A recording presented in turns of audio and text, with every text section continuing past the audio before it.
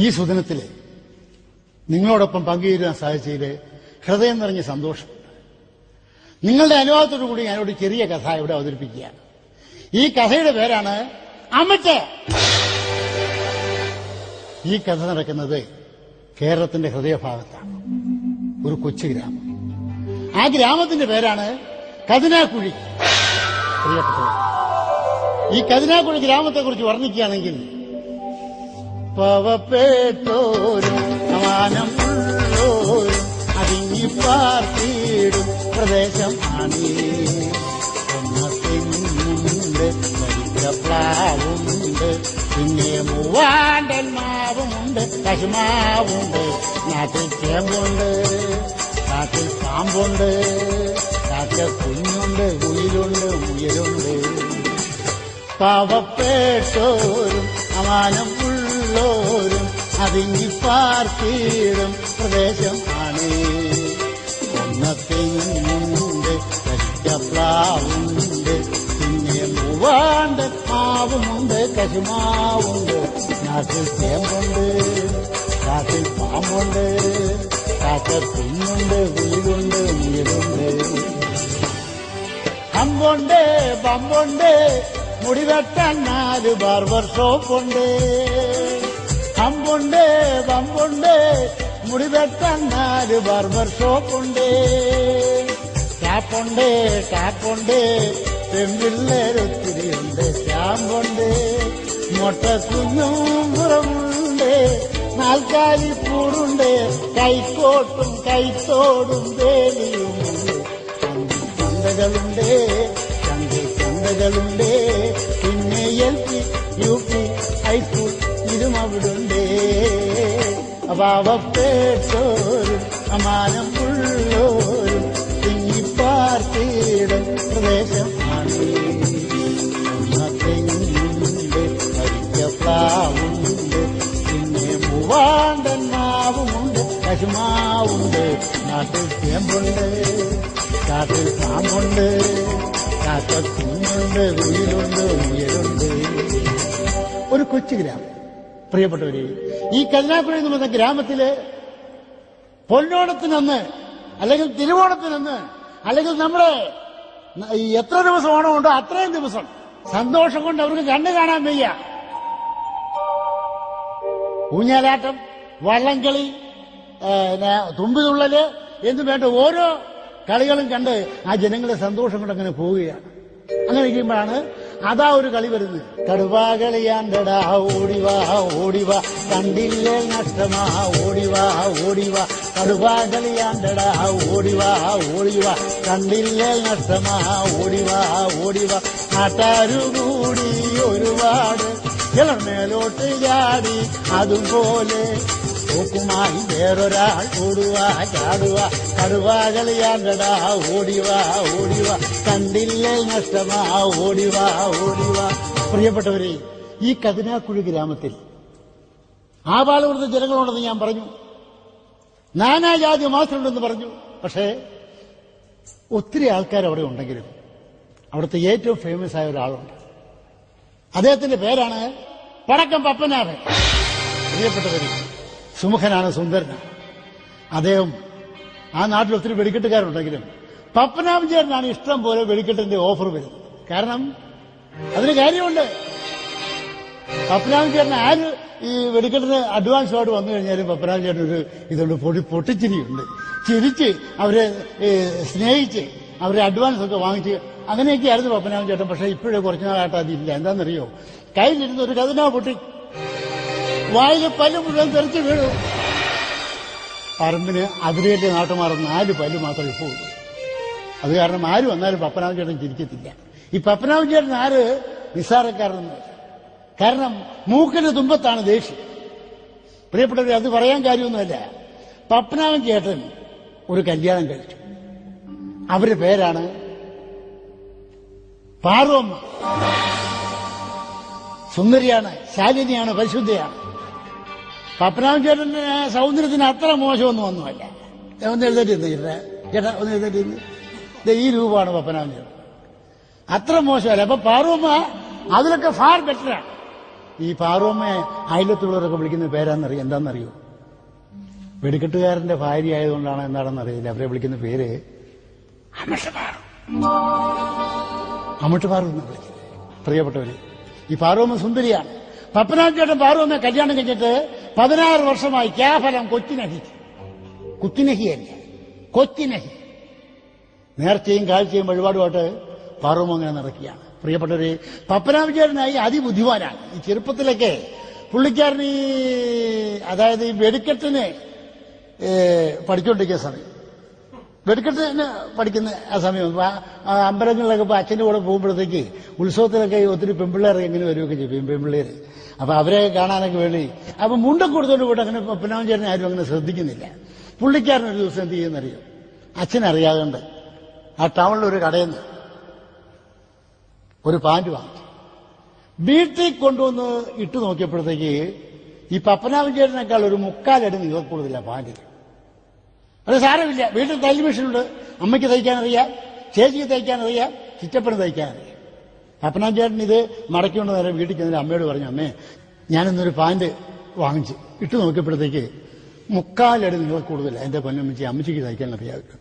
3/4 അടി കൊണ്ട് മുറിച്ച് കളഞ്ഞിട്ടൊന്ന് തയ്ച്ച് തരാമോ എന്ന് ചോദിച്ചു. അമ്മ പറഞ്ഞു, മോനെ അമ്മയ്ക്ക് സമയമില്ല, എനിക്കിട്ട് 100 കൂട്ടം പണിയാ കിടക്കുന്നത്, നീ ചേച്ചിയിലെ കൊണ്ട് കൊടുക്കാൻ പറഞ്ഞു. ഈ പാന്റ് കൊടുത്ത് ചേച്ചിയോട് എന്ന് പറയുമ്പോൾ ചേച്ചി പറയാണ്, എന്റെ പൊന്നുമക്കളെ എനിക്ക് സമയമില്ല, ഞാൻ 4ാമത്തെ പ്രാവശ്യം 10ാം ക്ലാസ്സിന് എഴുതാൻ പോകുന്നു, അതുകൊണ്ട് എനിക്ക് സമയമില്ല, നീ ചിറ്റപ്പനെ കൊണ്ട് കൊടുക്കാൻ പറഞ്ഞു.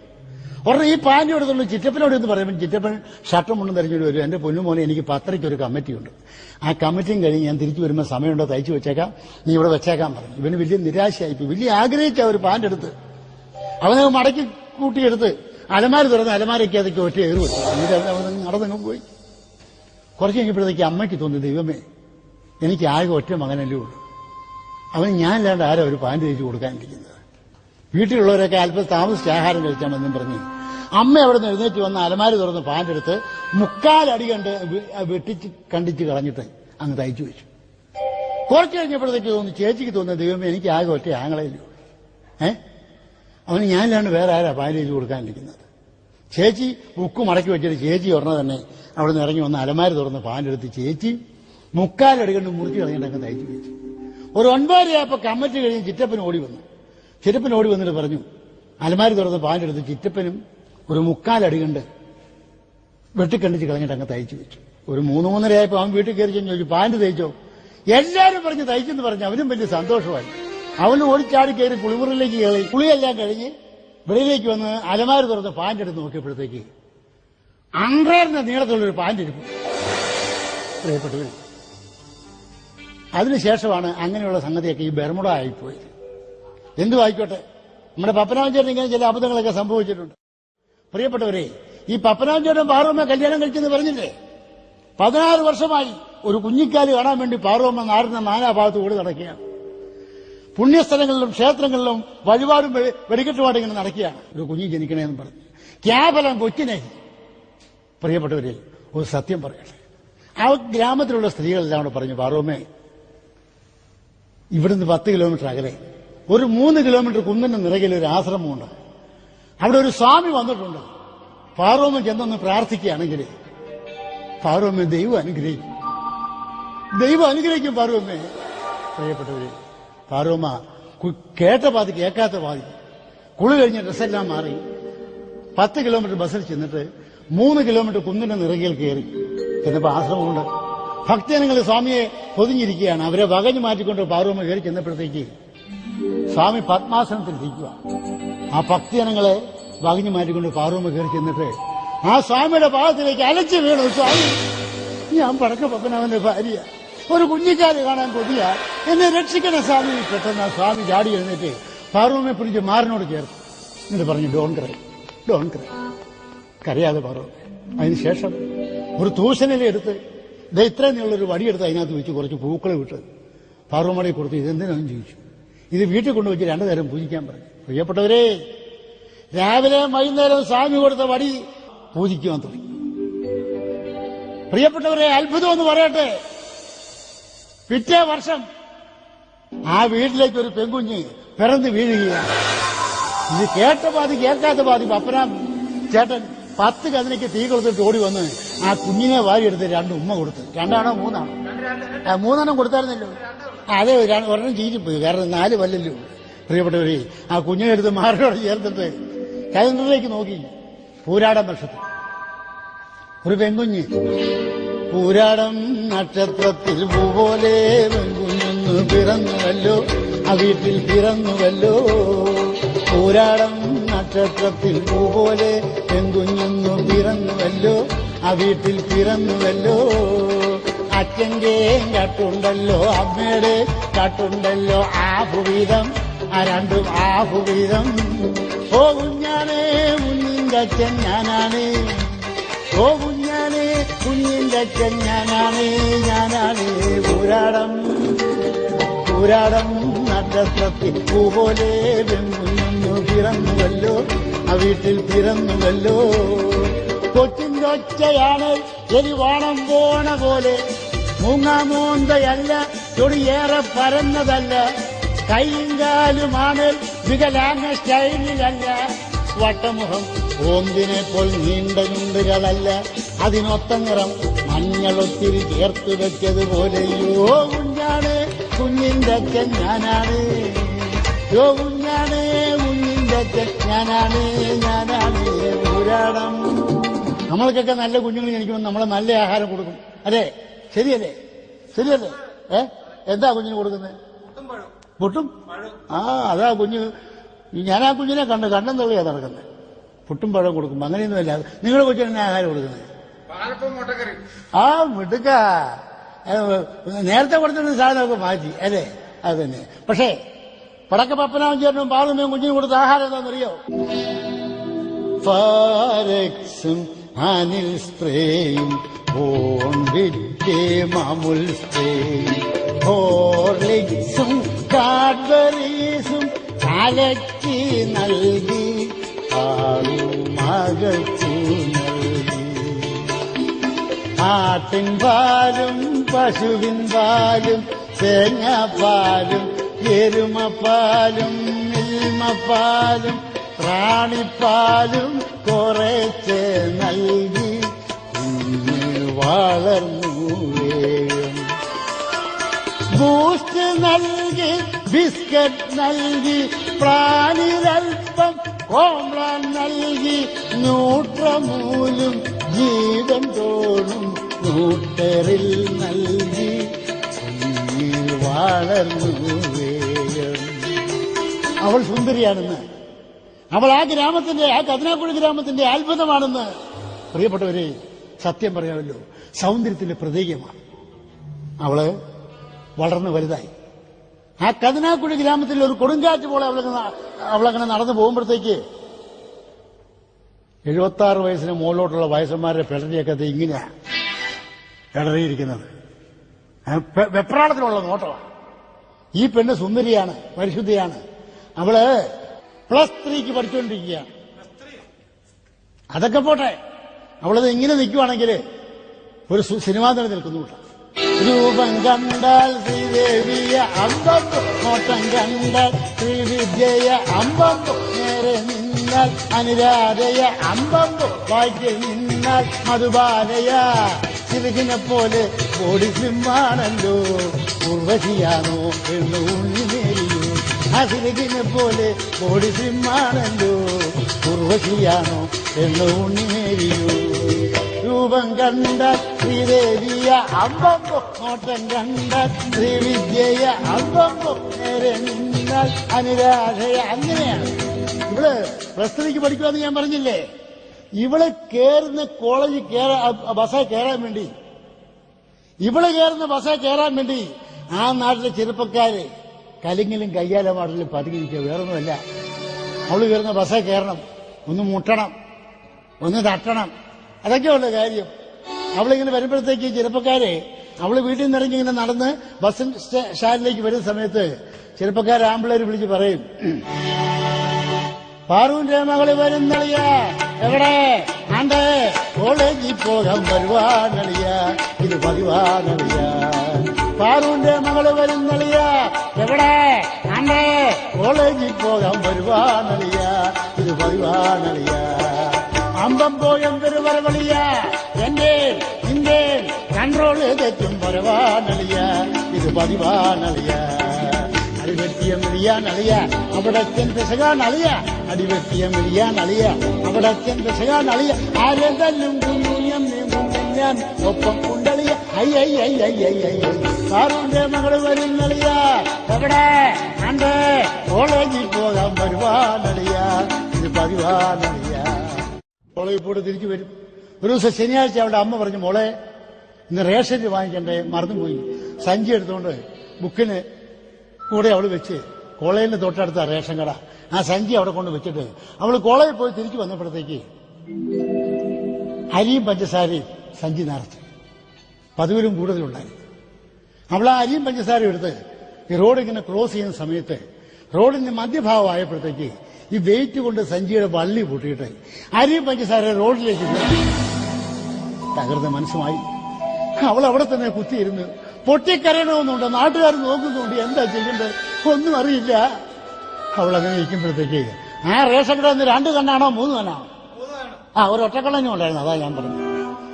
അതിൽ 2 കണ്ണുള്ള പുള്ളി നേരെ അവളുടെ സമീപത്തേക്ക് വന്നിട്ട് പറയാണ്, താറുരുകിയ റോഡില് സഞ്ചിയുമായിരുന്നൊറ്റയ്ക്ക് റേഷൻ അരിവാരുന്നൊരു നാട്ടുകാരി,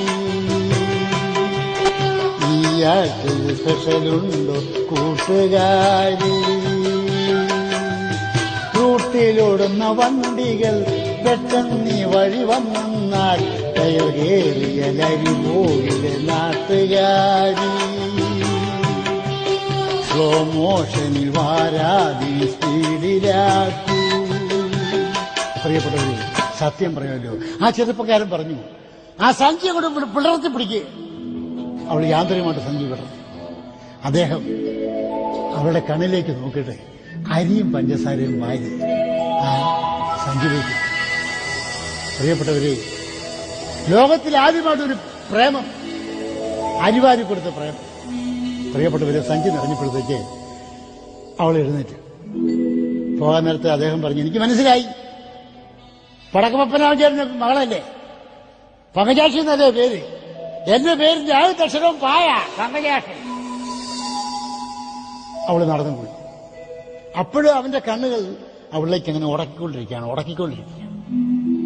വീട്ടിൽ ചെന്നു, അരിയും പഞ്ചസാരയും കൊണ്ട് അമ്മയുടെ കൊടുത്തിട്ട് പറഞ്ഞു, അമ്മയെ പായസം വെച്ചേക്കാൻ പറഞ്ഞ് അവള് കയറി കിടന്നു.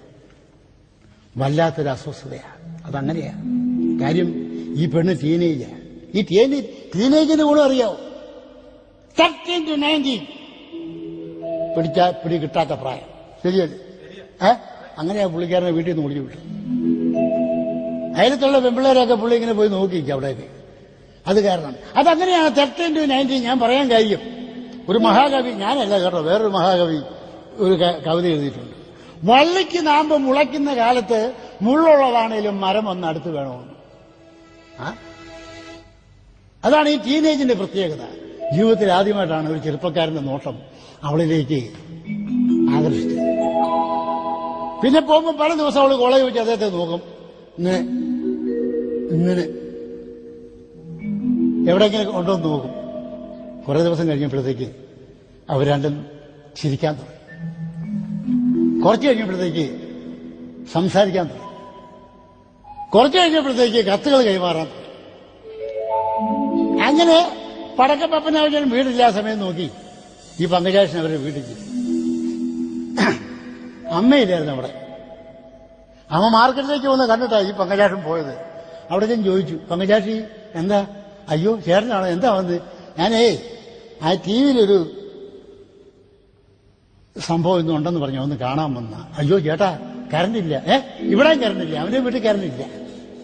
ഇതെങ്ങനെയാ ചേട്ടാ പിന്നെ കാണുന്നത്?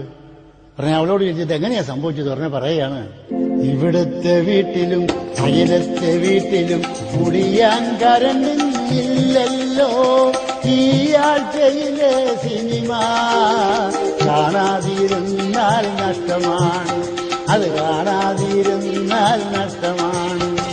കാറ്റേറ്റുമാവ് കടന്നതിനാലോ ഏതേലും പോസ്റ്റ് ഓടിഞ്ഞതിനാലോ ഫ്യൂസൂര് ശത്രുക്കൾ മാറ്റിയതാണോ ആകെ കുഴഞ്ഞല്ലോ ഈ ആഴ്ച. ആഹാ ഓഹോ ആഹാ.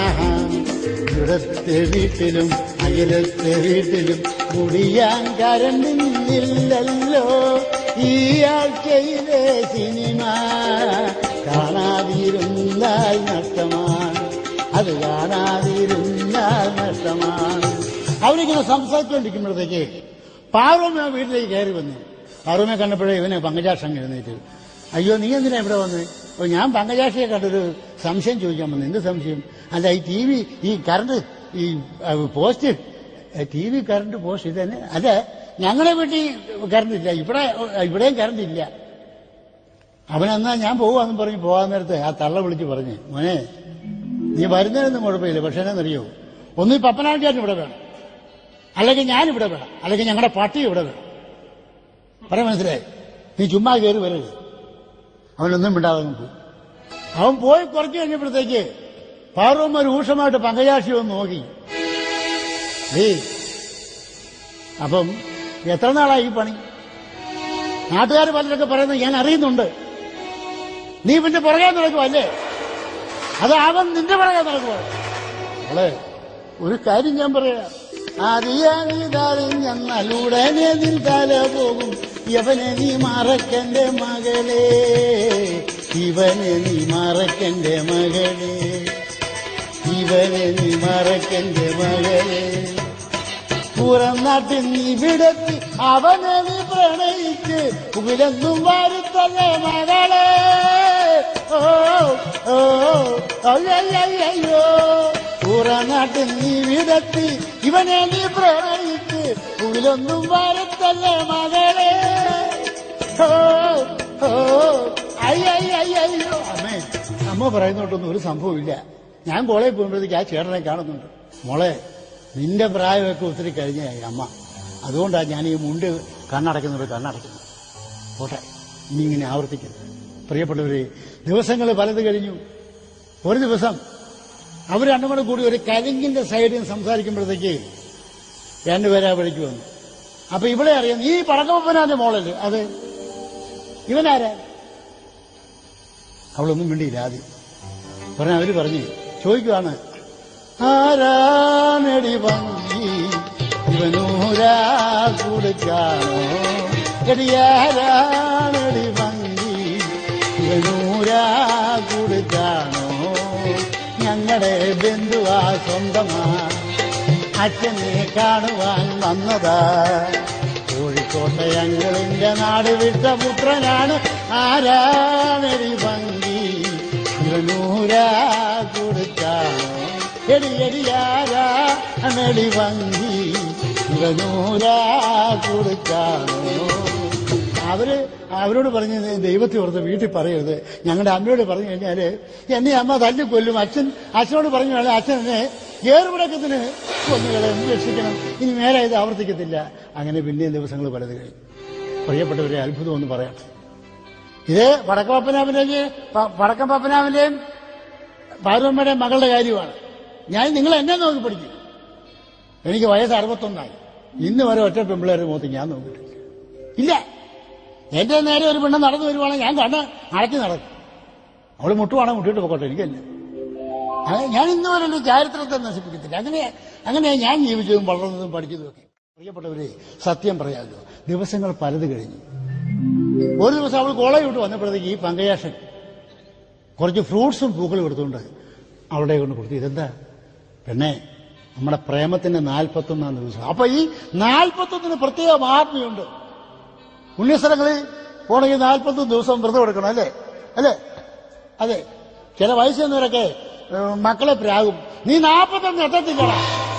അതൊക്കെ സത്യമാണ്. അപ്പൊ ഈ 41 ദിവസത്തെ പ്രേമത്തിന്റെ ഇതിനായിട്ട് ഫ്രൂട്ട്സും പൂക്കളും കൂടെ കൊടുത്തപ്പോൾ അവള് പറഞ്ഞു, ചേട്ടാ അച്ഛൻ വീട്ടിലില്ല. അച്ഛൻ ഇല്ലെന്ന് അറിഞ്ഞപ്പോൾ അവന് സന്തോഷമായി. അച്ഛനുമില്ല, അമ്മയില്ല. ഓടി അവൻ പുറകെ പോയി. അവിടെ ചെന്ന് കഴിഞ്ഞപ്പം ഇവൻ കൊടുത്ത പ്രേമ സമ്മാനം കൊണ്ട് അവൾ ഒരു സ്ഥലത്ത് വെച്ചിട്ട് എന്തെങ്കിലും കൊടുക്കണ്ടേ, തപ്പിയിട്ട് കിട്ടിയില്ലെന്നല്ല, കിട്ടി. 2 അമിട്ടും ഒരു തോട്ടായി കിട്ടി. അവന്റെ വീട്ടിൽ ചെന്നിട്ട് ഇസ്റ്റേഷന് കൊടുത്ത പ്രേമ സമ്മാനം നെഞ്ചിനോട് ചേർത്ത് വെച്ചിട്ട് അവനങ്ങനെ കിടക്കുക. ഈ സമയത്ത് 7 മുതൽ 7:30 വരെ അവിടെ പവർ കട്ടാണ്. കറണ്ട് പോയപ്പോഴത്തേക്ക് അവന്റെ വല്യമ്മ ഒരു വിളക്ക് കത്തിച്ചുകൊണ്ട് ആ കട്ടലിന്റെ തലയ്ക്കേ കൊണ്ടു. ആ കട്ടലിനാണ് ഷെയ്ക്കുണ്ട്. ഇഷ്ടേശ്വരി കൊടുത്ത് പ്രേമസമ്മാനം നെഞ്ചിനോട് ചേർത്ത് തിരിഞ്ഞും മറിഞ്ഞും കിടന്ന വഴിക്ക് വിളക്ക് നേരെ പറഞ്ഞ് അവന്റെ നെഞ്ചത്തോട്ട് വീണ് പിന്നീട് പൊട്ടിത്തെറിയായിരുന്നു. വീട് കത്തി വല്യമ്മ ചത്തു. പിറ്റേ ദിവസം അവിടെ പ്രിയപ്പെട്ട കൂട്ടുകാരി പറഞ്ഞ വാക്ക് കേട്ട് അവൾ സർക്കാർ ആശുപത്രിയിലേക്ക് ഓടി. അവളെ പ്രിയപ്പെട്ട ചേട്ടനെ മോർച്ചറിയിൽ ഇട്ടിരിക്കുകയാണ്. അവിടെ ചെന്ന് ചേട്ടന്റെ ഭാഗത്തിലേക്ക് വീണു. ചേട്ടാ, ഞാൻ കാരണമാണല്ലോ ഇത് സംഭവിച്ചത്. എന്റെ പൊന്നു ചേട്ടാ, ഞാൻ കാരണമാണല്ലോ ഇത് സംഭവിച്ചത്. പെട്ടെന്ന് ആ പുള്ളിക്കാരൻ തല പൊക്കി നോക്കി. ചേട്ടൻ ചത്തില്ലേ? ഇല്ല. പിന്നെ ചേട്ടനെ എന്തിനാ മോർച്ചറി കിടത്തിയിരിക്കുന്നത്? അത് സർക്കാർ ആശുപത്രിയല്ലേ, വാർഡിൽ സ്ഥലമില്ലാത്ത കാരണം എന്നെ ഇവിടെ കിടത്തിയിരിക്കണം. ചേട്ടാ, ഇതെങ്ങനെയാ ചേട്ടാ സംഭവിച്ചത്? എന്ന് പറയുകയാണ്. എന്നെ തന്നെ ഓർത്തും കൊണ്ട് കരണ്ട് കട്ടായ നേരം തലയ്ക്കൽ വിളക്കു വെച്ച് ഞാനുറങ്ങി. എന്നെ തന്നെ ഓർത്തും കൊണ്ട് കരണ്ട് കട്ടായ നേരം തലയ്ക്കൽ വിളക്കു വെച്ചു ഞാനുറങ്ങി. മുടിക്കെട്ടിലൊളിപ്പിച്ച് എനിക്കെന്ന് നീ തന്ന ആ മെട്ടിന്റെ പൊതിക്കെട്ടിൽ വിളക്കൊന്നു വീണന്നീ വെടിക്കെട്ടുമാ തവിട് പൊടിയായി മുഴുവൻ. ഓ, എന്നെ തന്നെ ഓർത്തും കൊണ്ട് കരണ്ട് കട്ടായ നേരം തലയ്ക്കൽ വിളക്കു വെച്ചു ഞാനുറങ്ങുന്നു. കൊമ്പാടന്നോർക്കൂടി വന്നു നാട്ടുകാർ. കോട്ടാ കണ്ടു ബോംബെന്നോർത്ത് നൂറേ വിട്ടവർ. വികൃതം എന്റെ ഫേസിൽ നോക്കിയലറി നേഴ്സുമാർ. ഉടനെ മറിഞ്ഞു വീണ് പുറകിൽ നിന്ന വാച്ചറ്. കട്ടിയുള്ള അമുട്ടുകൾ ഇനിയും നൽകലില്ലോ.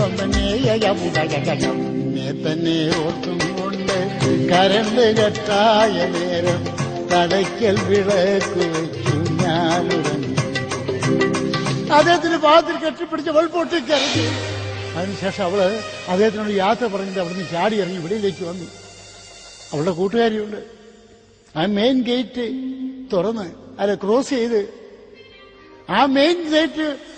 ചെയ്ത് അവർ റോഡിന്റെ അപ്പുറത്തേക്ക് പോകുന്ന സമയത്ത് ആൾക്കൂട്ടത്തിനിടയിൽ നിന്ന് ശബ്ദം, പങ്കജാക്ഷി. അവൾ നോക്കി. അവളെ മുറിച്ചെടുക്കാൻ ചിന്ത. കള്ളനാണ്, കള്ളുകുടിയനാണ്, ആഭാസനാണ്. ഒരാഴ്ച അകത്താണ്, ഒരാഴ്ച പുറത്താ. അദ്ദേഹം നേരെ അവളുടെ സമയത്തേക്ക്, നീ എവിടെ പോയി? ഞാനൊരു കൂട്ടുകാരിയെ കാണാൻ പോയതാ. നിന്നോട് ഞാൻ പറഞ്ഞില്ലേ ഇങ്ങനെ ഇറങ്ങി നടക്കരുതെന്ന് ഞാൻ പറഞ്ഞില്ലേ? നിങ്ങളെന്നെ എന്നോട് പറയുന്നത്? ഇത് ഞാൻ എന്റെ മുറിച്ചെടുക്കനാ. കാരണം ആ പൂജയെന്ന് മനസ്സിൽ വെച്ചാൽ മതി. എന്റെ അച്ഛനും അമ്മയും നേർച്ചയും വഴിപാടും കഴിഞ്ഞാൽ ഞാൻ ജനിച്ചത് ഇല്ല ചേട്ടാ. എന്റെ മാതാപിതാക്കൾ സംഭവിച്ചാലും ഞാൻ നിങ്ങളെ വിവാഹം കഴിക്കത്തില്ല. കാരണം നിങ്ങൾ ആരാണെന്ന് എനിക്കറിയാം. അദ്ദേഹത്തിന് ഇഷ്ടപ്പെട്ടില്ല. ആൾക്കൂട്ടത്തിനിടയ്ക്ക് വെച്ച് അവിടെ കവിളുണ്ട് ഒരു ഒറ്റയാടി. അടിയും കൊണ്ട് അവിടെ നേരെ വീട്ടിലേക്ക് ഓടി. കൂട്ടുകാരി അവളുടെ വീട്ടിലേക്ക് ഓടി. വീട്ടിൽ ചെന്ന് കട്ടിലേക്ക് ഇറക്കുക. അമ്മ ചോദിച്ചു, എന്താ പോലെ നീ വീണോ? നിനക്ക് എന്താ സംഭവിച്ചത്? അമ്മയുടെ ആങ്ങളുടെ മോനിലെ ചിണ്ട. അയ്യോ, അവൻ ജയിലിൽ നിന്ന് ഇറങ്ങിയോ? എനിക്കറിയത്തില്ല അമ്മ. നട ഓടി വെച്ച് പരസ്യമായിട്ട് എന്റെ കവിളടിച്ച് പൊട്ടിച്ചമ്മേ. ആ മാതൃഹൃദയം കരുവുണ്ട്. അവൻ അത്രയായോ? അവനിവിടെ വരുവാണെങ്കിലേ അവന്റെ കയ്യോ കാലോ ഞാൻ വെട്ടി കൊടുക്കും. ആ തള്ള കലുകൊണ്ട് പ്രാഗയാ. എത്ര മനുഷ്യരെ വെള്ളിടി വെട്ടുന്നു, ആമുതുകാരനെ എന്നിടി വെട്ടും. എത്ര മനുഷ്യരെ വണ്ടികൾ മുട്ടുന്നു, എന്നൊരു വണ്ടിയ നെഞ്ചത്ത് കയറും. ഭീകരനാണവൻ, രാക്ഷസനാണവൻ, വീരപ്പനേക്കാളും മോശം. ദുഷ്ടൻ വീരപ്പനേക്കാളും മോശം. അവനിവിടെ വരുവാണെങ്കിൽ അവന്റെ കയ്യോ കാലം ഞാൻ വെട്ടിച്ചു കൊടുക്കും. നമ്മുടെ പടക്കം പപ്പനാവനും പാറും കൂടെ കൂടി ഒരു ചെറിയ ചുറ്റിക്കളി. പങ്കജാക്ഷിനെയും പങ്കജാക്ഷിയെ ഒന്ന് തെറ്റിക്കുക, അവരുടെ ബന്ധം വേർപെടുത്തുക, സ്നേഹം വേർപെടുത്തുക. പങ്കജാക്ഷിക്ക് വേറൊരു വിവാഹം അവർ തീരുമാനിച്ചു. വീടിന്റെ ഫ്രണ്ടിൽ പന്തലുയർന്നു. ബന്ധുമിത്രാദികൾ എല്ലാവരും വന്നു. ചെറുപ്പക്കാർ ആമ്പിളേരും പെമ്പിളേരും വന്നു കഴിഞ്ഞാൽ കല്യാണത്തിന്റെ തലേദിവസം ആകുമ്പോഴേക്ക് താഴെയുള്ള കമുകത്തോപ്പിലും വാഴത്തോപ്പിലും പോയിട്ട് ഭാര്യയെക്കുറിച്ച് സംസാരിക്കും. വയസ്സന്മാരൊക്കെ ചീട്ട് കളിക്കും, അല്ലെങ്കിൽ മദ്യപിക്കും. സ്ത്രീകളാണെങ്കിൽ ഈ അവരുടെ കലവറയിൽ പച്ചക്കറി കഴിച്ചുകൊണ്ടിരിക്കുക. പൗർണമ കയറി ചെല്ലുമ്പോഴത്തേന് അവരുടെ അടുപ്പിൽ ഒരു സാധനം തിളക്കുക. പറമ്പ പോക്ക് നോക്കി. അവരുടെ അടുപ്പത്ത് സാമ്പാറിൻ കഷണങ്ങൾ അവരെക്കാൾ പൊക്കത്തിൽ ചാടും പോലെ. അവരുടെ അടുപ്പത്ത് സാമ്പാറിൻ കഷണങ്ങൾ അവരെക്കാൾ പൊക്കത്തിൽ ചാടും പോലെ. എണ്ണയിൽ വീണിട്ടും മുങ്ങിയിട്ടും പൊങ്ങിയിട്ടും പപ്പടം പൊട്ടി ചിരിക്കും പോലെ. എണ്ണയിൽ വീണിട്ടും മുങ്ങിയിട്ടും പൊങ്ങിയിട്ടും പപ്പടം പൊട്ടി ചിരിക്കും പോലെ. പൊട്ടിച്ചിരിച്ച് 25 or 30 പപ്പടം കരിഞ്ഞു പോയി. പോട്ടെ, അത് സാരമില്ല. അങ്ങനെ എല്ലാവരും അവിടെ ഇരിക്കുമ്പോഴത്തേക്ക് ആ രാത്രിയിൽ പങ്കജാക്ഷിയുടെ കൂട്ടുകാരി വന്ന് പങ്കജാക്ഷിയെ വിളിച്ചുകൊണ്ട് അപ്പുറത്തേക്ക് മാറി. കൂട്ടുകാരിയല്ലേ, പെണ്ണല്ലേ അവരവിടെ. പ്രിയപ്പെട്ടവരെ, പിറ്റേ ദിവസം പ്രഭാതം പൊട്ടിപ്പടർന്നു. ആ വീട്ടില് ആദ്യം ഒരു ശബ്ദം കേൾക്കുന്നത് പാറുമ്മയുടെയാ. എന്റെ പൊന്നുമോളെ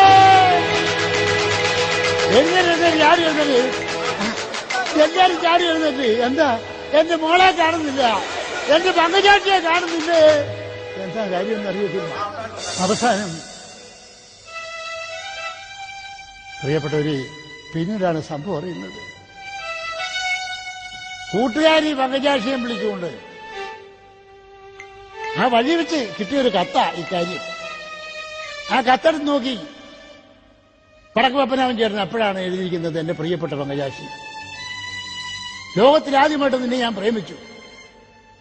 നീ ആദ്യമായിട്ട് എനിക്കെന്ന് പ്രേമസമ്മാനം പൊട്ടിത്തെറിച്ച് എന്റെ ശരീരത്തിന്റെ പാർട്സ് പലതും പോയി. നാളെ രാവിലെ നിന്റെ കല്യാണം എന്നുള്ളത് ഞാൻ അറിഞ്ഞു. ആ സമയത്ത് ഈ ലോകത്തിലേക്ക് ഏറ്റവും വലിയ മാരക വിഷം കഴിച്ചു.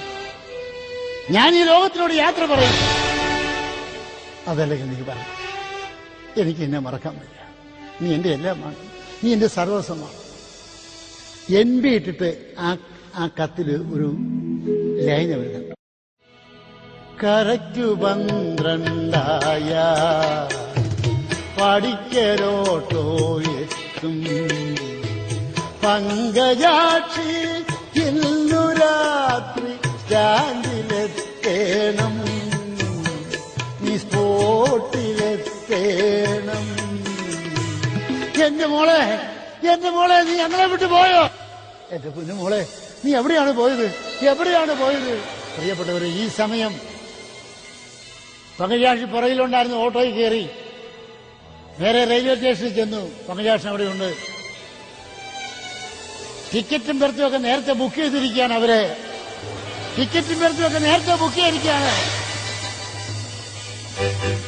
അവര് ട്രെയിൻ കണ്ട് അതിൽ സീറ്റിലിരുന്നു. ലഗേജ് ഒക്കെ എടുത്ത് ട്രെയിനിൽ വെച്ചു.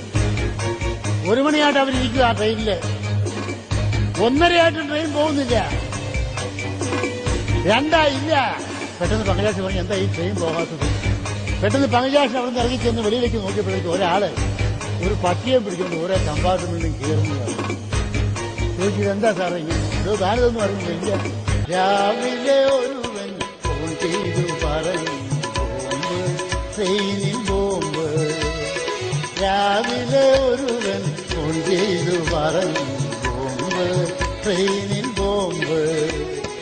ഓരോ ബോഗിയും തിരയുകയാണ് പോലീസ് ഡോഗ്. ബോംബെന്ന് കേട്ടപ്പോൾ ബോംബയ്ക്കു പോകുന്നവർക്കാകെ പരിശ്രമമാ. ബോംബെന്ന് കേട്ടപ്പോൾ ബോംബയ്ക്കു പോകുന്നവർക്കാകെ പരിശ്രമമാ. രോഗികൾ മാറുന്നു, ബാഗുകൾ തപ്പുന്നു ബോംബിൻ ഭീഷണിയാലേ.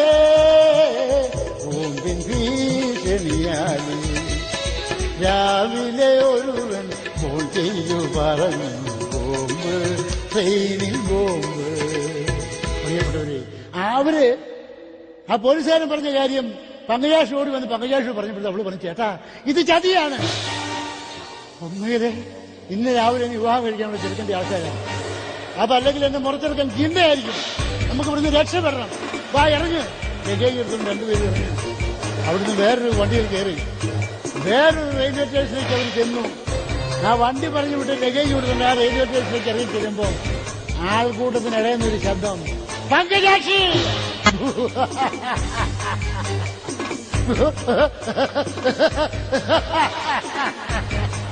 ശരി, ഞാൻ ചിന്തയാ എന്റെ മുറച്ചെടുക്കാൻ.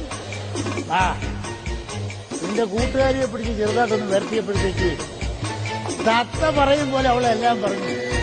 വാ ഇറങ്ങി വരാൻ. ഇല്ല, ഞാൻ വരത്തില്ല. എന്റെ പങ്കേറിനൊപ്പം ഞാൻ ബോംബയ്ക്ക് പോവുകയാണ്. ഇമ്പോസിബിൾ.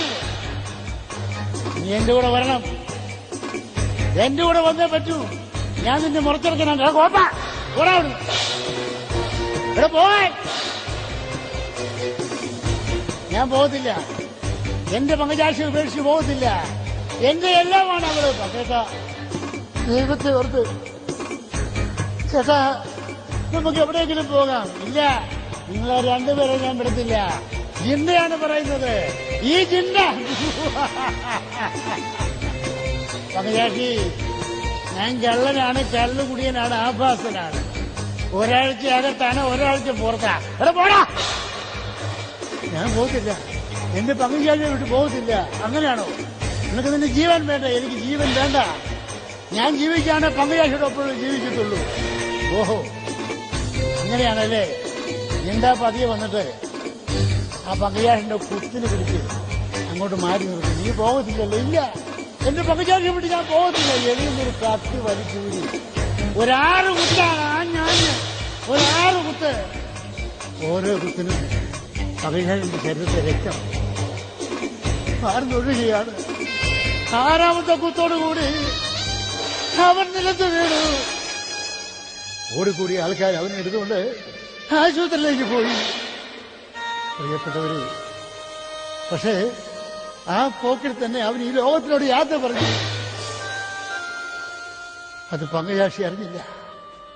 ജിണ്ട ആ പങ്കജാക്ഷി നോക്കിയൊന്ന് പുഷിച്ച് ചിരിച്ച് കാർക്കിച്ചൊരു തുപ്പ് തുപ്പിട്ട് അവൻ കുത്തിയ ആ കത്തിയെടുത്ത് ജിണ്ടയുടെ മുണ്ടിന്റെ കോന്തല തുടച്ചിട്ട് അവൻ ഒന്ന് കാറിനേക്ക് കയറുന്ന സമയത്ത് ഈ ഭീകര അന്തരീക്ഷം കണ്ട് മനസ്സിന്റെ സമനില തെറ്റിയ നമ്മുടെ പങ്കജാക്ഷി ഒന്ന് അലറി, ജിണ്ടാ, എന്റെ പ്രിയപ്പെട്ട കുത്തിയല്ലേ, എന്റെ എല്ലാമെല്ലാമായി എന്റെ പങ്കേറ്റിന് കുത്തിയല്ലേ.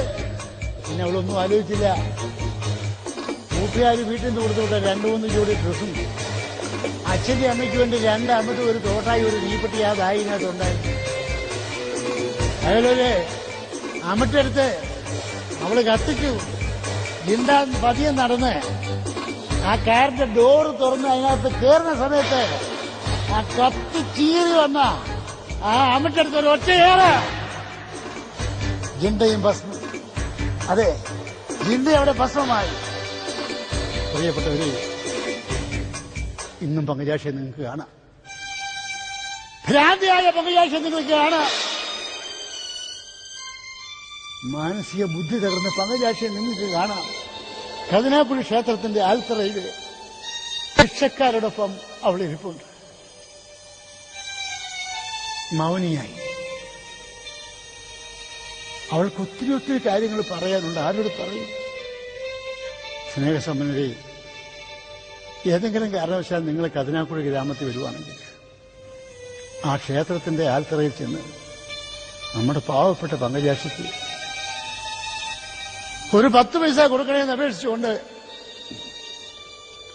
നിങ്ങൾക്ക് എല്ലാവർക്കും ഒരിക്കൽ കൂടി ഹൃദയത്തിന്റെ ഭാഷയിൽ നന്ദി രേഖപ്പെടുത്തിക്കൊണ്ട് ഈ കഥ ഇവിടെ പൂർണ്ണമാകുന്നു.